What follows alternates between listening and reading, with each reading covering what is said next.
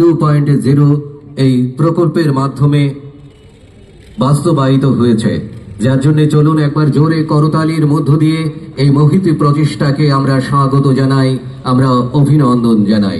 মাননীয় মুখ্যমন্ত্রী professor doctor Manik Saha মহোদয়ের হাত ধরে আজ আগত বিভিন্ন সম্মানিত কর্পোরেটর্স, বিভিন্ন অঞ্চল থেকে আগত এখানে ভাইরা, বন্ধুরা, বোনরা এবং রাজ্য সরকারের আর্থিক সহায়তায় আগরতলা পৌর পরিষদ এলাকার বিভিন্ন ওয়ার্ডে বসবাসকারী জল পরিশোধনের জন্য এবং 4টি package type iron removal plant জল পরিশোধনের জন্য আমরা তৈরি করেছি। উন্মোচনের মাধ্যমে অমৃত প্রকল্পের দ্বিতীয় পর্যায় অর্থাৎ অমৃত 2.0 এর মাধ্যমে মোট 111 কোটি 92 লক্ষ টাকা ব্যয়ের মাধ্যমে আমরা এখানে অ্যাড করতে পারবো। এটা দিয়ে আমরা 84 থেকে 85% আমরা কভারেজ চলে যাব। 24টি পরিবারের বাড়িতে আমরা বিশুদ্ধ পানীয় জলের সংযোগ আমরা দিয়েছি। এবং আপনারা যে DTWS iron removal plants under Amrut 2.0 সমস্ত আমাদের পৌরসভার আগরতলা মিউনিসিপ্যাল কর্পোরেশন এলাকায় এবং সেই উপলক্ষে আজকে এখানে রবীন্দ্র শতবার্ষিকী ভবনের যে আয়োজন, সেই আয়োজনে আমাদের মাঝে উপস্থিত আছেন আজকের এই অনুষ্ঠানের যিনি গেস্ট অফ অনার। একটু আগে ওনার বক্তব্য আমরা শুনলাম। অনারেবল মেয়র এবং মাননীয় বিধায়ক শ্রী দীপক মজুমদার মহোদয় এখানে উপস্থিত আছেন। স্পেশাল গেস্ট আগরতলা মিউনিসিপ্যাল কর্পোরেশনের মাননীয়া ডেপুটি মেয়র শ্রীমতী মনিকা দাস দত্ত। আজকের এই অনুষ্ঠানের যিনি সভাপতির দায়িত্বে আছেন আমাদের সেন্ট্রাল জোনের AMCর যিনি চেয়ারম্যান শ্রীমতী রত্না দত্ত মহোদয়া। এখানে উপস্থিত আছেন আরবান ডেভেলপমেন্ট ডিপার্টমেন্টের এবং DWS এবং অন্যান্য দপ্তরের সম্মানিত সেক্রেটারি শ্রী অভিষেক সিং মহোদয়। তাছাড়া এখানে শ্রী মিহির কান্তি গোপ CEO ত্রিপুরা জল বোর্ডের সম্মানিত সমস্ত যারা কর্পোরেটর বৃন্দরও এখানে উপস্থিত আছেন, MIC মেম্বার্স এবং আগরতলা মিউনিসিপ্যাল কর্পোরেশন জল বোর্ডের যারা আধিকারিকগণ উপস্থিত এবং বিশিষ্ট ব্যক্তিবর্গ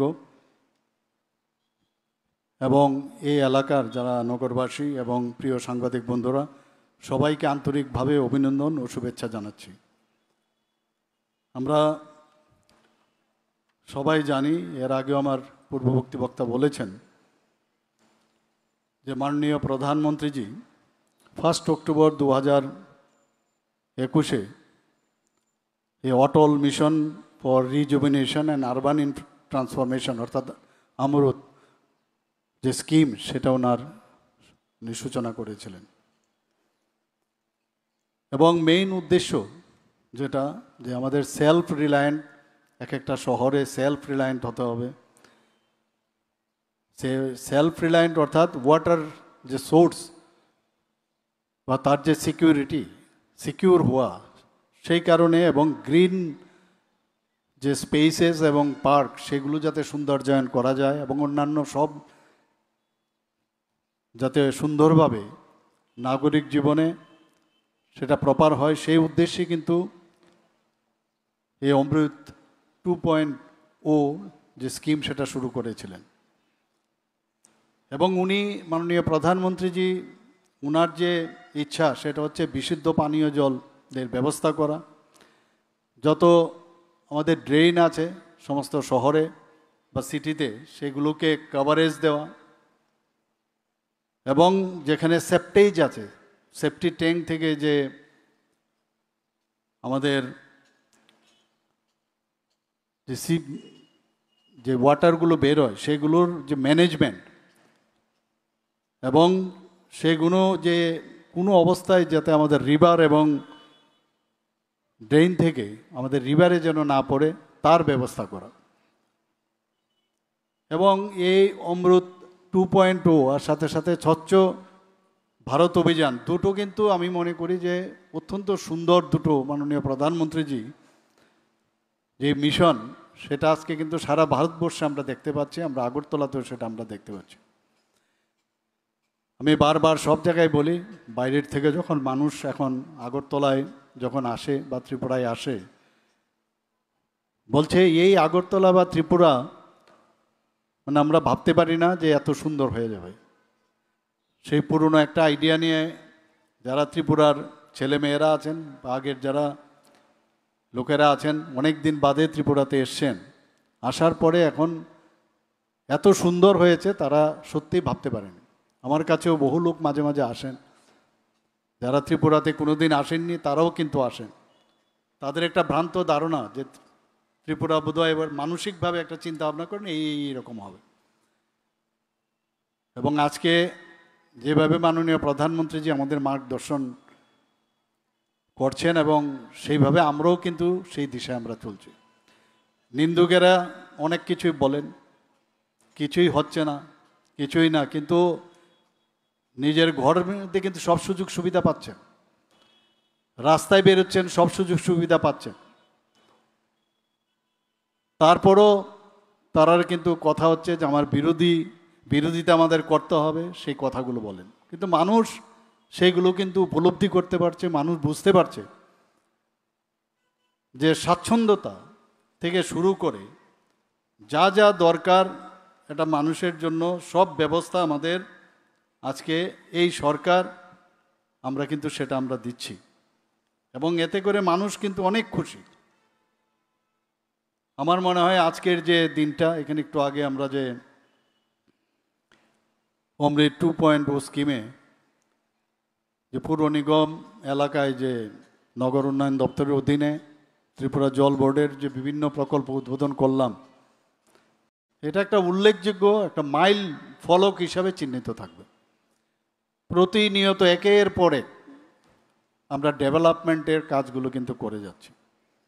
111 কোটি 92 অর্থাৎ প্রায় 112 কোটি টাকার যে প্রকল্প আজকে ত্রিপুরা জল বোর্ডের মাধ্যমে রূপায়িত হয়েছে এবং তার যে আজকে উদ্বোধন হলো,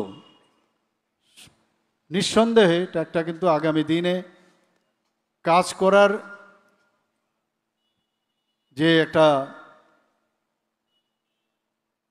ভিতর থেকে যে কাজ করার উদ্বুদ্ধ হওয়ার যে বিষয়, সেটা কিন্তু এখানে জল বোর্ড না, শুধু আমাদের মধ্যে সবাই মিলে আমরা আরও বেশি উদ্বুদ্ধ হব। আজকে যে শহর এলাকার যারা বসবাসকারীরা আছেন, এটা দেখে তাদের এক নতুন, আমার মনে হয় একটা নতুন দিক উন্মোচিত হওয়ার ফলে তাদের মধ্যে একটা আশা তাদের মধ্যে সঞ্চার হবে। এবং এটা কিন্তু আমরা সবাই জানি জল এটা একটা মৌলিক চাহিদা, জল ছাড়া, জলই জীবন, জল ছাড়া কোনো অবস্থায় মানুষ বাঁচতে পারে না। এবং সরকারের যেভাবে প্রতিশ্রুতি দেয় এবং প্রতিশ্রুতি দেওয়ার পর তার যে দৃঢ় পদক্ষেপ এবং তার যে বাস্তবায়িত করা, সেটা কিন্তু আজকের এই উদ্বোধনে সেটারও কিন্তু আমরা পরিষ্কারভাবে তার একটা মেসেজ আমরা সমস্ত মানুষের কাছে আমরা দিতে পেরেছি। আমরা যেটা কথা বলি, আমরা সেটা কিন্তু বাস্তবায়িত করার যে প্রয়াস, আমরা প্রতিদিন আমরা কিন্তু সেটা দেখাতে পারছি। মানুষ আমাদের উপর এখন আস্থা রাখছে, আমাদের উপর বিশ্বাস রাখছে। এবং জল ছাড়া আমরা জানি স্বাস্থ্যই হোক, আমাদের উন্নত জীবনযাত্রাই হোক এবং স্যানিটেশন থেকে সব কিছুর মূলেই কিন্তু জল, জল ছাড়া কিচ্ছু হবে না। এবং আজকে জল বোর্ড হওয়ার সুবাদে নাগরিকদের যে প্রপার যে স্বাচ্ছন্দ্য, সেটা কিন্তু একটা মানে অগ্রাধিকার ভিত্তিতে এই ডিপার্টমেন্ট কাজ করছে। আমি এর জন্য ওনাদেরকে আমি ধন্যবাদ দেব। কিন্তু তাতে আত্মতৃপ্তির কোনো স্থান নেই। আরও বেশি কিভাবে মানুষের যে জায়গায় সমস্যা হচ্ছে সেই জায়গাগুলো কোনো জায়গায় যেন 100% যাতে স্যাচুরেশনটা আসে সেই দিকে আমাদের সবার নজর রাখতে হবে। অনেক সময় বিভিন্ন জায়গায় খবরাখবর আসে যে নল আছে জল আসছে না, তার কারণ খুঁজে বের করা। কালকেও আমি মিটিং করেছি, প্রায় 1.5 ঘন্টার সময় আমি মিটিং করেছি সেখানে। আমাদের মেইনল্যান্ড, আমাদের সবচেয়ে বেশি সুবিধে সারা ভারতবর্ষের মধ্যে ত্রিপুরা কিন্তু জলের যে স্তর মাটিতে আমাদের কিন্তু অনেক বেশি, অনেক উপরে। অন্যান্য মেইনল্যান্ডে কিন্তু এই সুবিধা নেই, কিন্তু ওদের একটা সুবিধা হচ্ছে বড় বড় নদী ওনাদের আছেন, কোনো কোনো জায়গায় বরফ গলে জল আসছে। আমাদের এখানে যে জিনিসটা নেই আবার আরেকটা জিনিস আমাদের আছে, তো সেটাকে যে আয়রন রিমুভাল প্লান্টের মাধ্যমে যে মাটির থেকে যে জল তোলা আবার তাকে যে রিচার্জ করা, সেই বিষয়েও কালকে অনেকক্ষণ ধরে এই বিষয়ে কথা হয়েছে যে কিভাবে বৃষ্টির জলকে আমরা রিচার্জ করতে পারি। এবং আমি ওনাদেরকে বলেছি যদি সেমিনার প্রয়োজন হয়, যারা এই বিষয়ে, আমাদের এখানে বড় বড় দিঘি আছে, বড় বড় পুকুর আছে, তারপরেও বৃষ্টির জল দেখা যায় নর্দমার মাধ্যমে সেটা চলে যাচ্ছে অন্য জায়গায়। তো এটাকে কিভাবে সংরক্ষণ করা যায় কিছু বলার আমার পূর্ববর্তী বক্তা আমাদের সেক্রেটারি মহোদয় বলার চেষ্টা করেছেন। আইন আছে কিন্তু আইনের কিন্তু সেভাবে প্রয়োগ কিন্তু কম হচ্ছে। যে বিভিন্ন যে বিল্ডিং প্ল্যান হয় সেই প্ল্যানের পর সেখানে প্রপার যে হারভেস্টিং অফ রেইন ওয়াটার সেগুলো কিন্তু হচ্ছে না। কালকেও ওই বিষয়ে অনেক আলোচনা কিন্তু হয়েছে।